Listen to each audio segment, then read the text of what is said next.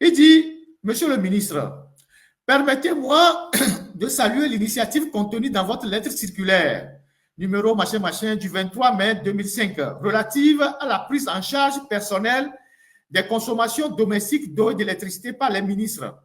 Une telle mesure s'inscrit en effet dans une logique de responsabilisation, de justice budgétaire, de bonne gouvernance. Toutefois, dans un souci de rigueur juridique et administrative, il convient de souligner certaines irrégularités de forme et de fond, notamment sur le plan chronologique qui mérite clarification. Incohérence des dates. La lettre est datée du 23 mai 2025, mais elle annonce une mise en œuvre à compter du 15 mai. Vous voyez déjà, c'est la première anomalie. Soit avant la date de signature de document. Ça, c'est un. Juridiquement, il serait inapproprié, voire nul, d'appliquer rétroactivement une décision administrative qui n'a pas encore été formellement notifiée aux intéressés à la date de son entrée en vigueur. Le principe de sécurité juridique impose que toute décision produise ses effets à une date postérieure ou simultanée à sa publication ou notification. Absence de fondement juridique. Il aurait été utile, Monsieur le ministre, d'indiquer la base légale ou réglementaire autorisant cette modification dans la gestion des avantages liés aux fonctions ministérielles. Exemple, un décret, une ordonnance, une loi des finances. Le ministre n'a rien indiqué. Il n'a référencé sa circulaire à aucun décret, à aucune loi, à aucune ordonnance. Il a écrit comme ça. C'est une circulaire, c'est un papier volant comme ça. Le flou sur la portée de la mesure. Le texte évoque les résidences personnelles ou privées des ministres, sans préciser si cela inclut ou non les logements de fonction. Une clarification serait nécessaire pour éviter des interprétations divergentes. Je continue. Communication en amont. Pour une transition harmonieuse, il aurait été judicieux d'accompagner cette mesure d'un préavis raisonnable, permettant aux ministres concernés de s'organiser financièrement et contractuellement avec les opérateurs de la CET et de la TDE. Bon, je m'arrête là. Il y a une autre observation que je vais vous lire et je vous donnerai mon avis. Excusez-moi de lire tout ça.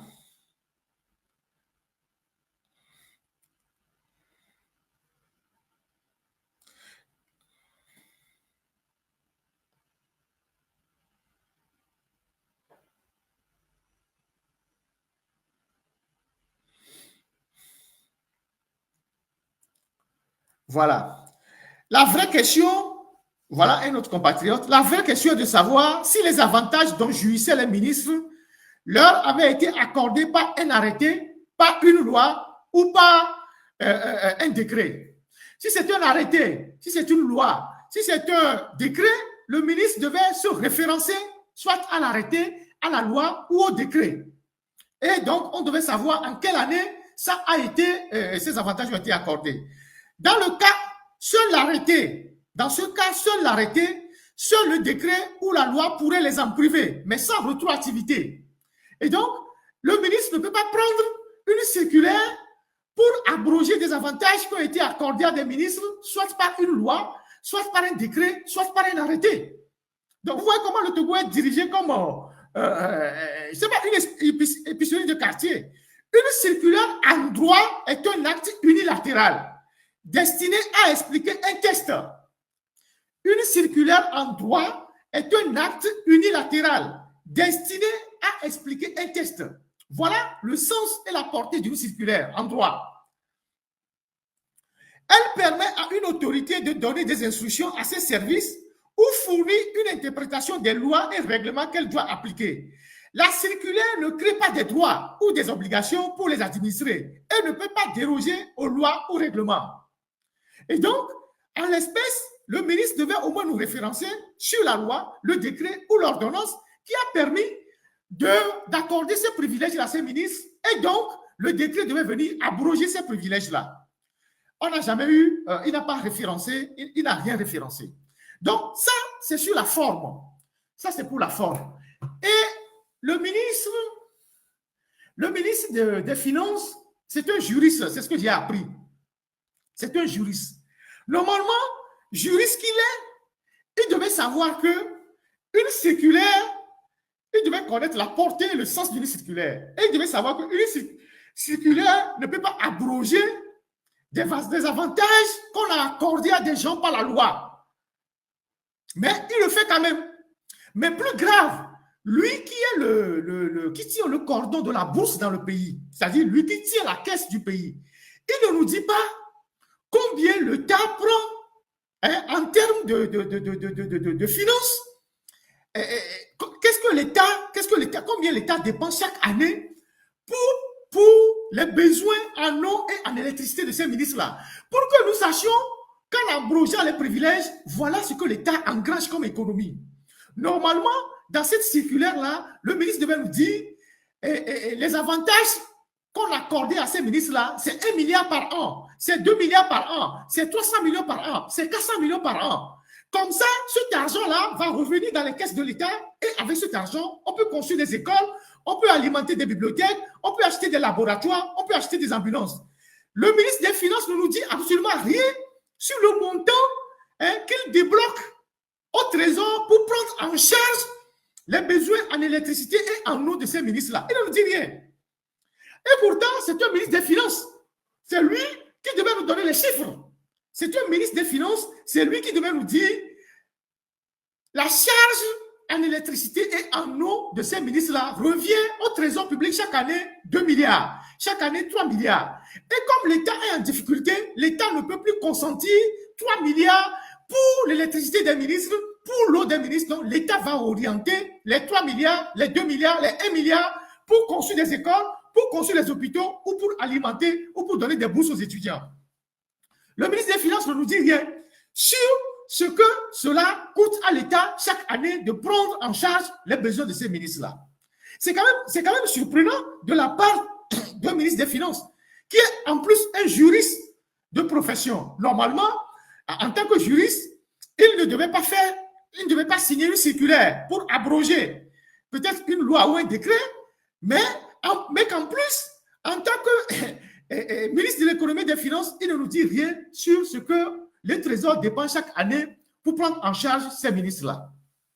Donc, aujourd'hui, nous n'avons aucune assurance que cette circulaire sera prise en charge, qu'elle sera exécutée. On n'a aucune assurance. Aucun Togolais n'a aucune assurance que demain, parce qu'on n'a aucun instrument de vérification.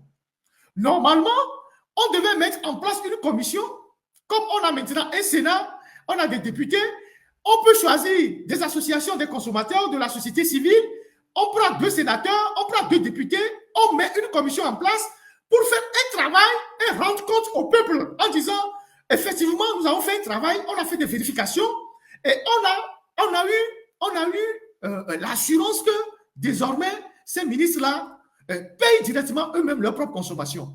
Donc, ce n'est qu'une commission. Normalement, c'est le travail des députés, comme on a des sénateurs maintenant, de tous ceux qui sont dans cette histoire-là, qui doivent se mettre ensemble pour procéder à une vérification de ce qui a été décidé. Donc, on n'a aucune assurance que cette histoire sera véritablement appliquée. On ne sait pas ce que ça a coûté à l'État depuis des années. On a des ministres qui ont fait 12 ans au gouvernement, 13 ans au gouvernement, 14 ans au gouvernement, 15 ans au gouvernement. Donc, pendant toutes ces années-là, ces gens-là ont consommé l'électricité, ont consommé l'eau sans payer. Mais les Togolais qui ont une seule facture, la deuxième facture qui arrive, la société vous coupe le courant. Et vous payez en plus les frais de coupure. Les Togolais ont une seule facture, la société vient, elle coupe le courant. Les Togolais qui ont une seule facture d'eau, la TDE vient, elle coupe l'eau. Et on vous fait payer encore les frais de coupure. On vous fait payer en plus les frais de coupure. C'est-à-dire, quand la société vient couper l'électricité chez vous, vous ne payez pas seulement la facture, elle vous fait payer les frais de coupure. Quand la TDE vient couper l'eau chez vous, elle vous fait payer les frais de coupure. Mais pendant ce temps, on a des gens qui sont restés au gouvernement pendant 17 ans, pendant 13 ans, pendant 14 ans, sans payer un seul franc de leur consommation d'électricité et d'eau. Et pourtant, c'est eux qui utilisent beaucoup plus d'eau. Vous savez que la plupart de ces ministres ont des piscines chez eux. Pour parler de la TDE, la plupart des ministres, là, ils ont des piscines dans leur maison. Et tout le monde sait comment les piscines consomment l'électricité. piscine, elle consomme à la fois l'électricité, elle consomme beaucoup d'eau. Une piscine consomme à la fois beaucoup d'électricité et beaucoup d'eau. Et donc, la plupart de ces ministres ont fait construire des piscines dans leur maison. Et donc, pendant 18 ans, pendant 17 ans pour certains, pendant 15 ans pour d'autres, ils ont utilisé à fond le courant, alors que c'est eux qui sont déjà gracieusement payés par l'État et ils n'ont jamais payé les frais d'électricité, les frais d'eau. Ça, c'est une partie une facette du problème. On prend la deuxième facette du problème. Quand le ministre des Finances dit les résidences des ministres, c'est quel genre de résidence? Est-ce que c'est leur résidence principale qui leur sert de résidence de fonction ou c'est leur résidence secondaire? On sait que chez nous, les ministres ont plusieurs résidences. C'est pour ça d'ailleurs que les gens refusent de déclarer leurs biens. Donc, lesquelles de leurs résidences ne seront pas pris, sont désormais privées? Il faut qu'on nous dise. Il y a des ministres qui ont 2 maisons, 3 maisons, 4 maisons, 5 maisons. Lesquelles de leurs résidences ne seront plus pris en charge par l'État? Il faut qu'on nous dise. C'est pour ça que nous n'avons aucune assurance que cette histoire-là est quelque chose de sérieux. C'est ça la réalité. Autre chose, le Premier ministre lui-même, puisqu'il est maintenant Premier ministre, Faure Gnassingbé, est-ce que lui, il est concerné par la circulaire? Puisque de tous ceux qui sont là, c'est lui qui a plus de maisons au Togo. La dernière fois, on en a recensé au moins 18. Sur l'ensemble du territoire, on a recensé au moins 18 maisons de Faure Gnassingbé. On ne sait pas dans combien de maisons il dort. S'il a le don d'ubiquité, au moins, il a 18 maisons. La dernière fois qu'on a recensé, au moins 18 maisons. De Lomé à Saint-Cassé, il a au moins 18 maisons. Et toutes ces maisons utilisent le courant en permanence avec des groupes électrogènes que la CET a achetés.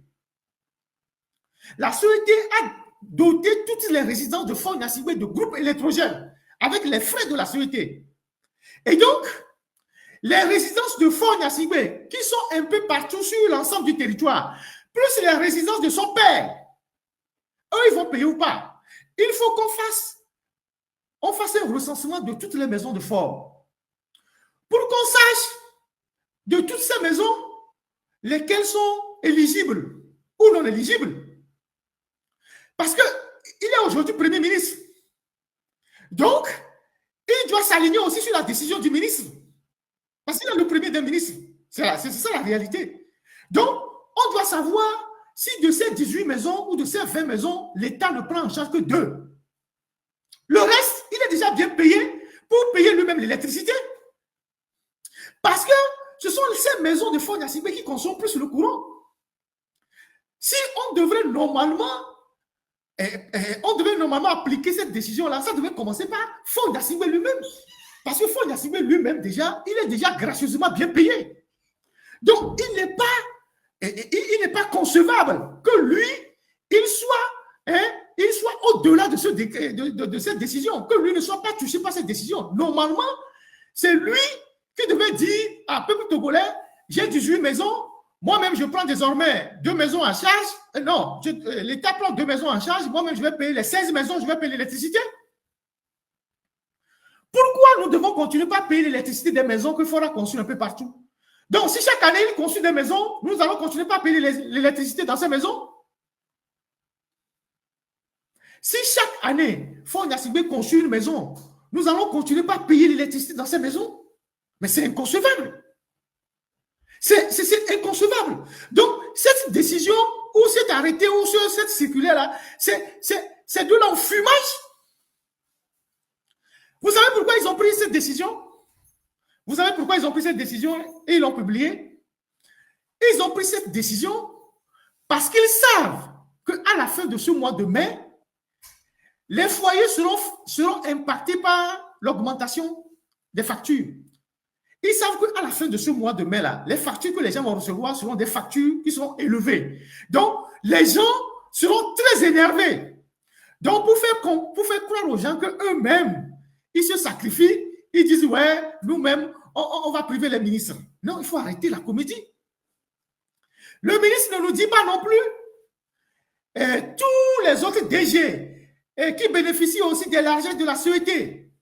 Est-ce qu'eux aussi, ils vont désormais payer leurs électricités? Les maîtresses de la République, elles vont payer leur propre électricité. Les autres enfants Gnassingbé, ils vont payer leur électricité. Les casernes militaires, Ils vont payer leur électricité. Parce que c'est tout ça qu'on répercute sur les populations.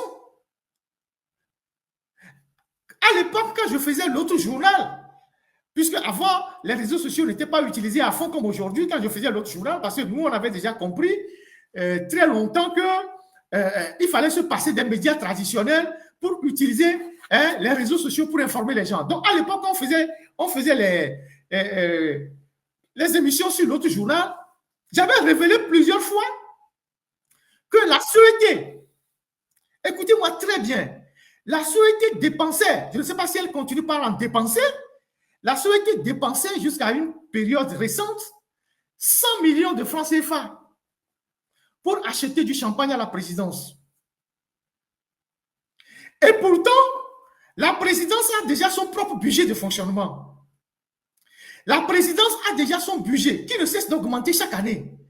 Mais chaque année, la Suède achetait 100 millions de champagne à la présidence. Vous savez, on a classé le Togo comme l'un des importateurs de champagne en Afrique du Sud, après la Côte d'Ivoire, le Nigeria, tout ça. Le Togo est, je crois, le 3e ou 4e importateur de champagne en Afrique de l'Ouest. Donc, chaque année, la Suède dépensait 100 millions de francs pour acheter du champagne à la présidence. Alors que la présidence avait déjà son propre budget. Le port aussi dépense de l'argent pour acheter du champagne à la présidence. La SNPT dépense de l'argent pour acheter du champagne à la présidence, alors que la présidence a déjà son propre budget. Donc, et 100 millions pour acheter juste du champagne pour la présidence. Au point que les gens qui étaient derrière ces commandes-là à la Suède, certains ont créé les caves à vin à Lomé et ils ont commencé par vendre les caves, du champagne à Lomé avec leur maîtresse. Les gens qui étaient à la Suède et qui étaient les responsables de les commandes du champagne pour la présidence, eux-mêmes, ils enlevaient quelques cartons qu'ils vendaient dans les boutiques de leur maîtresse. Ils sont devenus des vendeurs de champagne. Ils ne commandent pas que du champagne, ils commandaient aussi du vin de qualité supérieure et puis et du cognac. Et le champagne qu'ils commandaient exclusivement, c'était le Ruinart. Donc, la Suède commandait 100 millions de champagne Ruinart pour la présidence. Ils commandaient du vin Pétrus. Ils commandaient du cognac pour la présidence. Parce qu'aujourd'hui, on dit que la Suède est en difficulté. Nous sommes en train d'établir ceux qui ont vidé la Suède, ceux qui ont vidé la caisse. Nous sommes en train de citer ceux qui ont détruit la Suède. Il n'y a pas que seulement ceux qui ne payent pas les factures. Il y a ceux qui puisaient l'argent directement dans les caisses de la Suède pour acheter du champagne pour la présidence. J'ai dit ça plusieurs fois quand j'étais au pays. 100 millions, écoutez-moi très bien, 100 millions de champagne que la Suède achète chaque année pour la présidence. 100 millions. Je ne sais pas si cette pratique a cessé depuis, mais jusqu'à ce que moi je ne quitte le Togo, la Suède dépensait 100 millions pour acheter du champagne pour la présidence. Alors que la présidence de la République a déjà son propre budget. Et dans le budget de la présidence de la République, il y a une rubrique qui est consacrée à l'achat de toutes les boissons qui doivent servir à meubler la présidence et les commodités du président.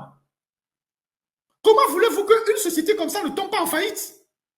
Un ministre comme Damipi, qui avait tous les avantages déjà de la Suède, qui a fait construire sa maison par la Suède, sa maison qui est à Balépédo là-bas. Avant, il vivait dans une cabane. Mais dès qu'il est devenu directeur de la Suède et puis après ministre, tout ce qu'il a conçu là-bas, c'est l'argent de Suède Contour Global, tout ce qu'il a volé.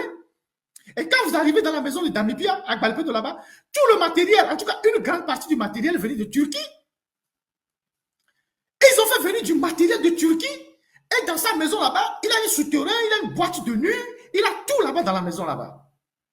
Et vous savez, à la Suède, jusqu'à aussi à une récente période, il y avait une rubrique à la Suède qui prenait en charge le vidange des puisards le vidange des puisards de Damipi. La Suède avait une rubrique de 2 millions ou 3 millions qui servait à vider les puisards de Damipi.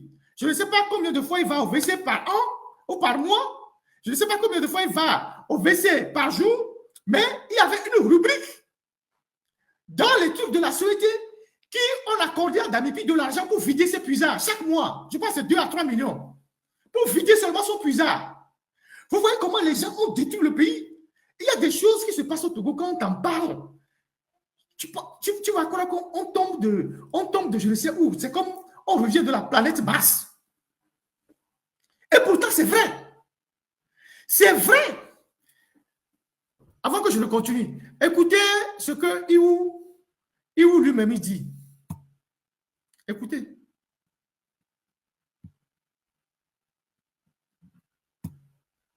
Mais je te dis, le jour-là, j'avais interpellé le boss et le PM. Je leur ai dit, mais c'était une histoire sur, on voulait augmenter, il y avait une tentative d'augmentation du prix du kilowattheure. Et c'est là que j'ai dit, mais c'est pas normal. C'est pas normal. Quelle est la justice sociale? Qu'on me dise, quelle est la justice sociale?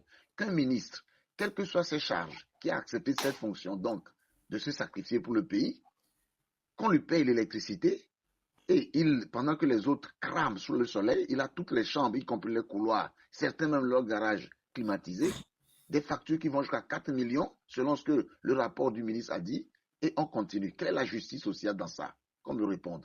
Ah, le jour-là, le patron m'a regardé, il est sorti de la salle. Et le PM et la ministre de l'énergie aussi m'a donné raison. Et puis, le PM s'est fâché, d'abord c'était Boukessi. Il a pris la parole et dit, mais qu'il y a quand même, que c'est une fonction difficile, qu'il y a quand même des gratifications et des avantages qu'il faut offrir. Et j'ai repris la parole pour dire, mais avantage, quand j'ai dit le jour-là, qui parmi nous ici accepterait de lui-même démissionner, quitter sa fonction de ministre? Ça veut dire que c'est quand même un métier gratifiant. Et si en plus de ça, maintenant, on se donne ces avantages, quelle est la justice sociale? Et là, on m'a coupé le micro et les gens sont regardés. C'est-à-dire que ce jour-là, j'ai regardé la télévision le soir, je me suis dit, ah, on va me limoger. Et puis voilà. Et après, mes amis ne m'approchaient plus. J'étais devenu un paria. Hein. J'étais devenu un paria. On ne m'approchait pas. Les ministres qui priaient au Conseil des ministres avant qu'on ne commence le Conseil des ministres, là, eux-mêmes, le jour-là, ils ne m'ont pas parlé. J'ai dit, regardez-moi ça. Vous vous dites, pasteur, quelqu'un parle pour dire non, il y a une injustice et c'est vous les premiers à m'en vouloir. Vous entendez? Je ne sais pas si ceux qui sont sur TikTok ont entendu, mais c'est un audio viral qui a fait hier le tour des plateformes. C'est l'ancien ministre de l'Enseignement supérieur, Majesté Iou Wateba, dont un audio a fuité, peut-être qu'il a fait un audio à quelqu'un qui a fuité, sur la question de l'augmentation du prix de l'électricité. Il disait, en somme, qu'ils étaient à un conseil des ministres et on a voulu augmenter ces trucs-là à la suite d'un rapport de la ministre de l'énergie. Et lui, il a pris la parole pour dire, on ne peut pas comprendre que pendant que les Togolais souffrent, il y a des ministres qui consomment jusqu'à 4 millions d'électricité par mois dans leur maison avec des garages climatisés. 4 millions par mois d'électricité avec leur garage. Et quand lui, il s'est opposé à ça, et force est fâchée, force est levée, il est sorti de la salle et il y a eu des trucs avec les autres ministres et il n'était pas soutenu par ses collègues.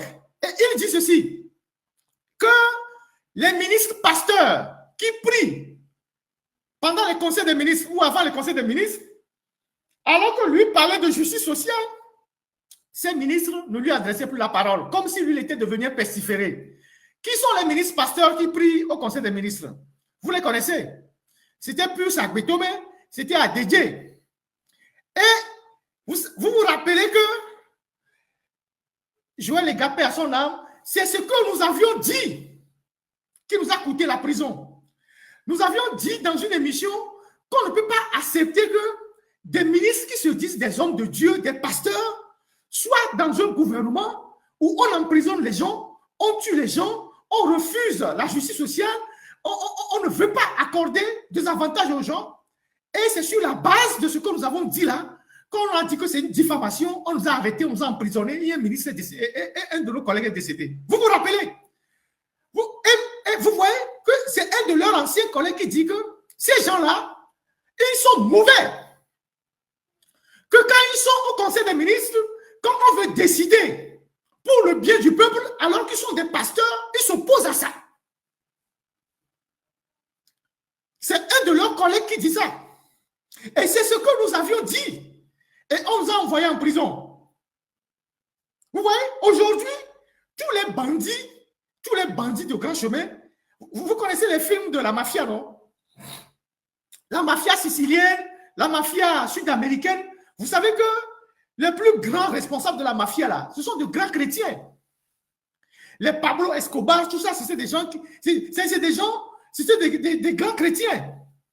Donc, Dieu, les gens se servent de Dieu pour faire des bêtises. Donc, ces gens-là, c'est des bandits. Ce ne sont pas des pasteurs. C'est des bandits. C'est-à-dire, c'est des gens qui utilisent Dieu. Parce qu'ils savent que Dieu ne frappe pas tout de suite.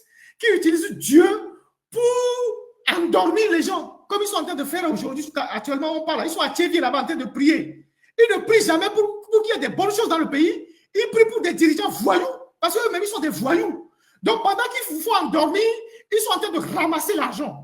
Parce qu'il y a un groupe d'individus qui sont des pasteurs qui prient chaque jeudi à la présidence. Et vous en connaissez certains, à part les ministres là, les ministres pasteurs là. Vous connaissez certains, ils sont à Lomé là-bas, ils ont des gardes-corps. Vous voyez des pasteurs qui se promènent à Lomé avec des gardes-corps. Ils ne sont pas une autorité, ils n'ont aucun rang dans la société, mais ils ont des gardes-corps. Ils se promènent avec des gardes-corps. Et quand ils viennent, ils vous parlent de Dieu. Pendant ce temps, ils sont en train de voler l'argent du pays. Ils sont dans des combinaisons avec les dirigeants. Ils sont dans des méthodes de voyous. Et quand eux, ils sont malades, ils viennent en Europe pour se soigner. Mais quand vous êtes malade, on vous dit d'aller chez le pasteur, il va vous soigner. Mais quand le pasteur lui-même, il tombe malade, il vient en Europe pour se soigner. Et ces gens-là, c'est eux qui manipulent aujourd'hui les Togolais. C'est eux qui exploitent la misère des Togolais. Vous les voyez à Lomé, vous ne vous posez pas la question de savoir pourquoi ces pasteurs-là ont des garde-corps et ils se promènent dans le pays. Au Togo, là, tu es qui pour avoir des garde-corps? Ce sont ces gens-là qui prient à la présidence. Mais ils ne prient pas pour que Fort libère les prisonniers. Comme les Afesio, comme les jeunes de Tigre Révolution qui sont en train de mourir en prison, comme les Patia Gassibé, comme les Charles Ajoumaro, comme tous ceux qu'on a envoyés en prison alors qu'ils ne doivent pas être en prison. Ces pasteurs ne prient pas pour que Fort libère les prisonniers. Ces pasteurs ne prient pas pour qu'on augmente le salaire des Togolais. Ces pasteurs ne prient pas pour qu'on augmente le SMIG. Ces pasteurs ne prient pas pour qu'on diminue le prix de l'électricité. Mais ils prient à la présidence pour la bonne santé de Fort. Fort qui nous prive d'électricité, qui nous prive de tout. Mais ils vont prier pour lui parce qu'ils ont leur part. Donc, les Togolais doivent changer de mentalité. Donc, ils ne prient pas pour qu'on libère Jean-Paul Omolou. Excusez-moi si je l'ai oublié. Donc, voilà ce qu'il dit. Je sais que lui, depuis que la vidéo là est sortie, lui, il est grillé pour toujours. Mais c'est une bonne chose que cet audio soit sorti pour attester tout ce que nous disions par le passé. Tout ce que nous n'avons jamais cessé de dire. Donc, ces gens-là, ils mettent Dieu devant et ils font les pires choses au monde. Ce sont des bandits spirituels. Ce sont des bandits. Et nous devons les traiter comme tels. Ce sont des voyous. Ce sont des détourneurs de l'argent public. Ils se servent juste de Dieu pour commettre des forfaits dans la République. Donc, voilà ce que Iou dit. Voilà ce qu'il dit. Vous imaginez? Et donc, ce n'est pas fini. On a parlé de l'électricité, on a parlé de l'eau. Est-ce que vous savez que la plupart des ministres ne payent pas leur facture de téléphone portable? Il y a des ministres qui sont au gouvernement, à l'heure où je vous parle, ils ont plus de 60 millions de factures à Togocom ou bien Yas, je ne sais pas comment vous l'appelez. 65 millions, 50 millions, 55 millions. Parce que c'est des ministres, on dit que bon, ils sont proches du chef de l'État, on leur a ouvert les lignes, leurs lignes sont illimitées. Ils téléphonent de façon illimitée. Donc, ils ont des factures à Togo Télécom aussi. Je vais parler de Togocom, c'est-à-dire, comment vous l'appelez maintenant, Yas, je ne sais pas quoi. Ils ont des factures là-bas. Il y a des ministres qui ont des factures de 65 millions, de 50 millions, de 60 millions à Togocom, le service de mobile là, Yas. Parce que leurs lignes sont des lignes ouvertes. C'est des lignes, c'est-à-dire il n'y a pas de limite dans leur téléphone. Parce qu'on dit qu'à tout moment, la République a besoin d'eux. Donc, eux, ils téléphonent non-stop. C'est open bar. Pendant ce temps, quand vous achetez un petit crédit pour faire Internet, ça finit. Mais les ministres ont des factures qui sont là-bas, à Togocom, à Yas là-bas. C'est moi qui vous le dis. Quand l'ancien directeur de Togocom était là, comment il s'appelait, qui est devenu ministre là, Acha. Mais c'est Togocom qui prenait en charge toutes les dépenses de la ministre de tutelle de Sina Lawson, des membres de sa famille, les voyages, les hôtels, les billets d'avion, partout.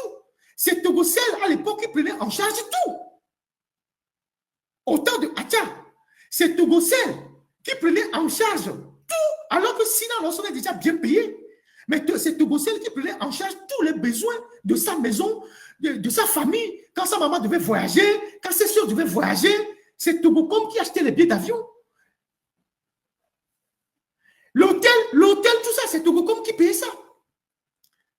C'est Togocom qui payait ça. Un jour, elle devait aller à Accra pour prendre Emirates, pour aller, je ne sais pas si c'est à Dubaï ou quoi. Elle devait aller à Accra pour prendre Emirates, pour partir à Dubaï ou dans l'un des pays comme ça. Elle devait aller en mission. Et Togocom a mis tout le dispositif pour l'amener à Accra. Donc, Togocom a pris les voitures de luxe et tout ça avec son personnel qui doit amener la ministre à Accra. Les gens, il y a une mission même qui est partie pour aller louer l'hôtel dans lequel elle doit résider à Accra avant de prendre le vol le lendemain. Alors qu'on a déployé tout le dispositif pour qu'elle arrive à Accra, elle n'est pas venue par la route. Les agents de Togocom qu'on a envoyés là-bas étaient surpris de voir que le lendemain, elle arrive en jet privé. Donc, payée par Togocom, elle a quitté Lomé pour Accra en jet privé. Je parle de Sina Lawson. Aujourd'hui, qu'ils ont fait semblant de privatiser Togocom, où ils ne payent pas leurs factures, c'est l'ARCEP. C'est l'ARCEP, l'autorité de réglementation de je ne sais pas quoi là, où elle a mis un de ces gars qui est là-bas. Aujourd'hui, c'est l'ARCEP qui prend en charge la plupart des besoins de Sina Lawson. C'est-à-dire, elle dispose de la caisse de l'ARCEP comme elle veut. Si elle vient en France, si elle doit rester dans un grand hôtel, au Bristol, je ne sais pas où, c'est l'ARCEP qui paye.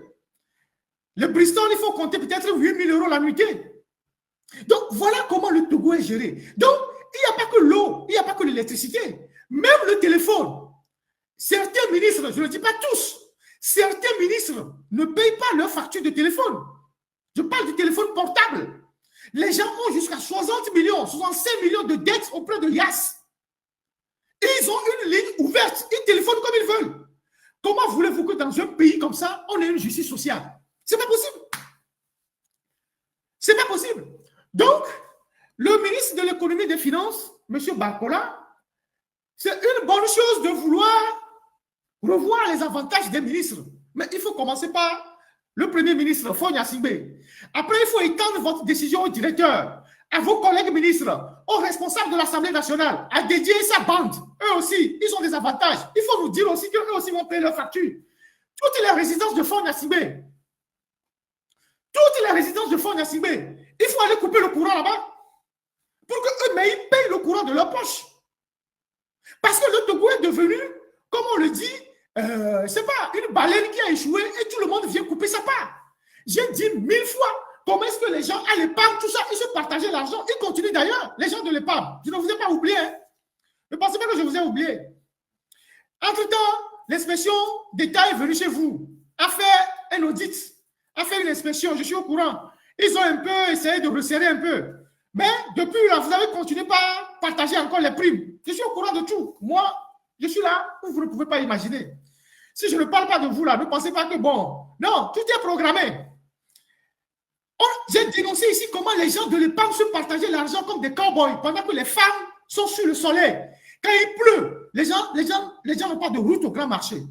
Chaudier, c'est un autre cas. Lui aussi, je n'ai pas fini encore avec lui. Lui aussi, avec ses femmes, tout le désordre qu'il fait à notaire là-bas, tout ce qu'ils ont acquis comme bien, partout, qui sont visibles, avec l'argent du contribuable.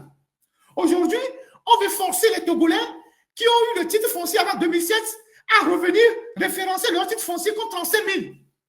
Vous imaginez combien ils vont engranger?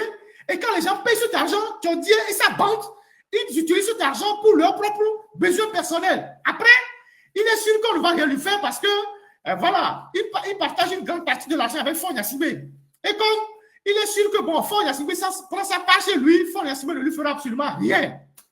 Ne vous inquiétez pas. Chacun passera dans la casserole. Parce que vous faites souffrir les Togolais. Tout ce que vous faites, vous écrivez, les conneries que vous écrivez sur les réseaux sociaux, là, c'est Tchordien et sa bande qui écrivent ça. Là. Vous pensez que nous, on n'est pas là dans vos histoires là. On va vous déshabiller un à un. La manière dont vous êtes en train de vous amuser avec l'argent public. Il y a un jeu qu'on faisait dans l'enfance là, qu'on appelle Jaskele. Vous savez comment on joue Jaskele, non? C'est comme ça qu'on va jouer avec vous. Mais là, pour Jaskele, on va jouer Jaskele avec vous. Vous allez voir. Parce que c'est l'argent public que vous dépensez comme ça. C'est l'argent public que vous manipulez comme ça. Pendant ce temps, les Togolais meurent de faim. Les gens n'ont pas de quoi manger. Les gens voient leurs boutiques fermées. Les entrepreneurs sont en train de fermer leurs magasins. Pendant ce temps, vous êtes en train de vous enrichir. On ne va pas vous laisser dans votre sommeil tranquille. Non, non, non, non, non, non. Pas du tout. Vous tous qui profitez de vos positions pour vous enrichir sur le dos de la République, là, on va vous déshabiller un à un. Que vous croyez à quoi? On s'en fout de vous. Donc, ne pensez pas que dans cette affaire-là, on vous a oublié. Donc, voilà ce que moi je pense qu'on doit véritablement faire. On ne peut pas accepter que les pauvres puissent payer pour les riches et les riches continuent de s'enrichir. J'ai parlé la semaine dernière de la Révolution française, de l'abolition des privilèges, de la saisie des biens, de la noblesse et du clergé. Vous arrivez en France, vous voyez tous les grands châteaux qu'on a saisis, qui sont rentrés dans le domaine public, c'était des châteaux qui appartenaient à de grandes familles. On a aboli tous les privilèges. Ça va arriver au Togo. Toutes les maisons que vous achetez, les domaines que vous achetez là, ça sera bloqué un jour, un matin. Soyez sûrs. Parce que là où les Togolais sont arrivés là, les gens sont à bout. Les gens sont fatigués. Vous ne voyez pas une colère qui est en train de monter dans la population. Vous êtes sourds parce que vous êtes dans une bulle. Vous êtes devenus autistes parce que vous croyez que vous avez les militaires. Non, les militaires aussi souffrent. Les militaires là, ils souffrent. Il n'y a plus de missions de l'ONU. Avant, il y avait les missions de l'ONU où certains allaient, au moins 6 mois, ils achetaient, je ne sais pas quoi là, cartes de l'eau, je ne sais pas, à Téticopé. Il n'y a plus de missions de militaires. Même les missions des militaires, quand ils allaient avant, quand l'ONU payait, on donnait des commissions à Faure Gnassingbé. Vous savez ça? Vous les militaires là. Vous savez que quand l'ONU payait vos primes là, qui étaient rassemblées à l'état-major avec la DS là, il y a une partie que Faure prenait. Un président qui prend des primes, qui prend des commissions sur les primes des militaires qui partent en mission. Il veut faire quoi avec autant d'argent? Il prenait des primes. Donc, je vais revenir sur vous. Avant de quitter le dossier de la sûreté, il y a un compatriote qui m'a envoyé une analyse que je vais vous lire rapidement. Elle est un peu longue, mais je vais vous lire ça. Et puis après, ceux qui veulent la voir, je peux vous communiquer ça pour que vous puissiez lire. Naturellement sur le sceau de l'anonymat. C'est un compatriote qui m'a envoyé cette analyse en disant mémo, signalement de dysfonctionnement au sein de la DSI de la sûreté, conteste. La DSI, c'est la direction des systèmes d'information. Il dit ceci, depuis le départ à la retraite en 2024 d'un cadre expérimenté de la direction des systèmes d'information, la gestion de cette direction est assurée à titre intérimaire par le directeur de la transformation digitale.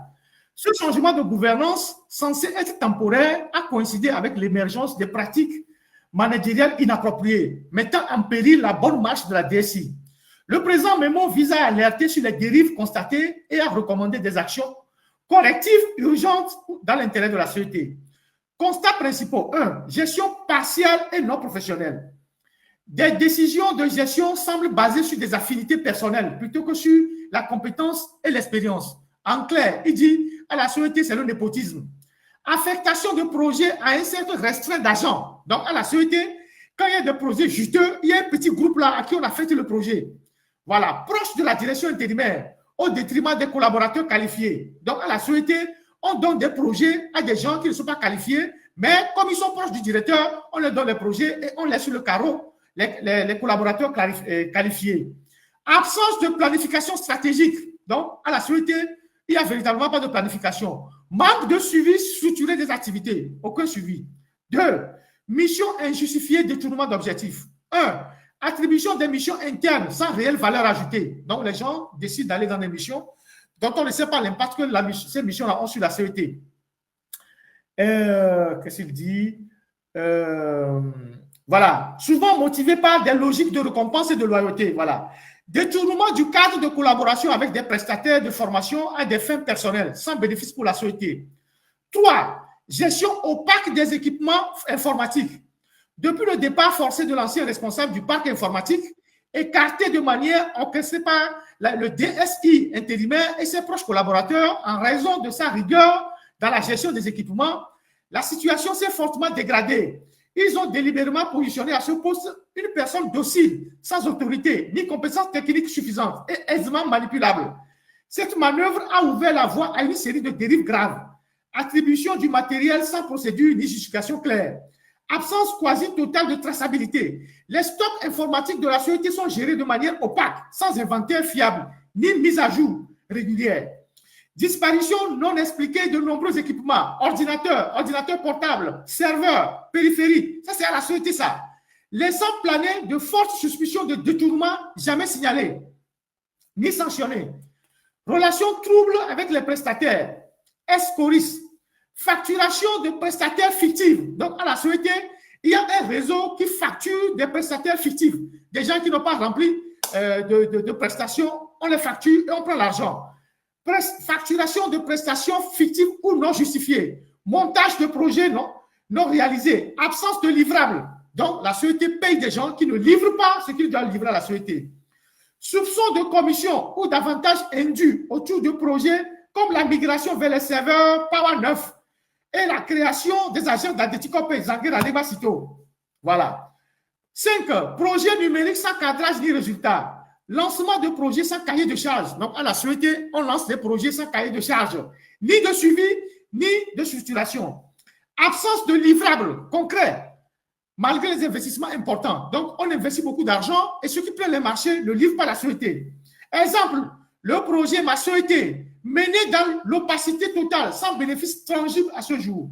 Conséquences, risques financiers, gaspillage de ressources, primes indues, projet improductif, matériel perdu, impact négatif sur la santé budgétaire de l'entreprise. 2. Risques juridiques et réglementaires, exposition à des contentieux et audits défavorables, marché public, passation de contrats. Possibles sanctions pour manquement de procédures aux procédures internes. Risque opérationnel. Dégradation des capacités opérationnelles de la DSI. Détérioration de la qualité de la fiabilité des serveurs des services numériques. 4. Risque réputationnel. Atteinte à l'image de la société si ces dérives venaient à être rendues publiques. Perte de confiance de la part des partenaires institutionnels, clients et investisseurs. Recommandation urgente. Voilà. Celui qui a fait le Momo, il a fait une recommandation urgente. Audit indépendant approfondi. J'ai parlé de l'audit la dernière fois que j'ai fait les lives. J'ai dit, une société qui est en faillite, on doit faire un audit. Un audit des ressources humaines, un audit du personnel, voilà, des ressources humaines, un audit des finances et un audit du réseau pour qu'on sache qu'est-ce qui se passe réellement à la société. Donc, le ministre des Finances ne peut pas seulement venir nous dire, non, on arrête les avantages des ministres, on doit nous faire un audit pour qu'on sache qu'est-ce que la société, pourquoi la société est en difficulté. On doit faire un audit de la société. Donc, le compatriote dit mandater un cabinet ou une structure indépendante d'audit pour examiner la gestion des ressources humaines et matérielles, les relations contractuelles avec les prestataires, le suivi des projets numériques. 2. Suspension temporaire des projets à risque. Geler les projets sans documentation formelle ou cadrage budgétaire en attendant une revue détaillée de leur faisabilité et pertinence. 3. Renforcement du contrôle interne. Mettre en place un suivi rigoureux des commandes et l'affectation du matériel. Donc, à la société, il y a des gens qui détournent le matériel. Un circuit d'approbation renforcé pour les dépenses et les factures. 4. Clarification des responsabilités. Examiner les rôles respectifs du directeur central, du directeur de la transformation digitale dans les dérives constatées et, si nécessaire, envisager des mesures disciplinaires. 5. Transparence et communication interne. Informer les organes de contrôle interne, outils internes, direction financière, ainsi que les autorités de tutelle et élaborer un plan d'assainissement assorti d'indicateurs de performance. Conclusion. La gravité des faits rapportés nécessite une réaction immédiate de la part des autorités. Seule une gouvernance rigoureuse, impartiale et transparente permettra de restaurer l'efficacité et la crédibilité de la DSI et plus largement de préserver l'intérêt général de la société. Voilà la contribution de ce compatriote que j'ai voulu partager avec vous. Et je pense que nous tous, on a compris, on a lu. C'est un compatriote qui me l'a envoyé sous le sceau de l'anonymat. Ceux qui veulent l'avoir, je peux le partager avec vous si vous voulez l'avoir. Donc, voilà la société. Hein? Donc, apprêtez-vous à la fin de ce mois à recevoir des factures salées. Et quand vous aurez les factures salées, on vous dira oui, on a déjà privé les ministres. Donc, ne vous en faites pas. Et vous allez voir que sur la toile, là, ils ont fabriqué des articles qui donnent à des gens qui publient pour justifier les conneries qu'ils sont en train de faire. Ils ont des éléments de langage qu'ils ont donnés à leurs éléments, comme si eux ne payaient pas les factures pour justifier les conneries qu'ils sont en train de faire. Donc, on n'est pas des idiots pour avaler tout ce qu'ils sont en train de nous raconter. Donc, voilà ce que j'ai voulu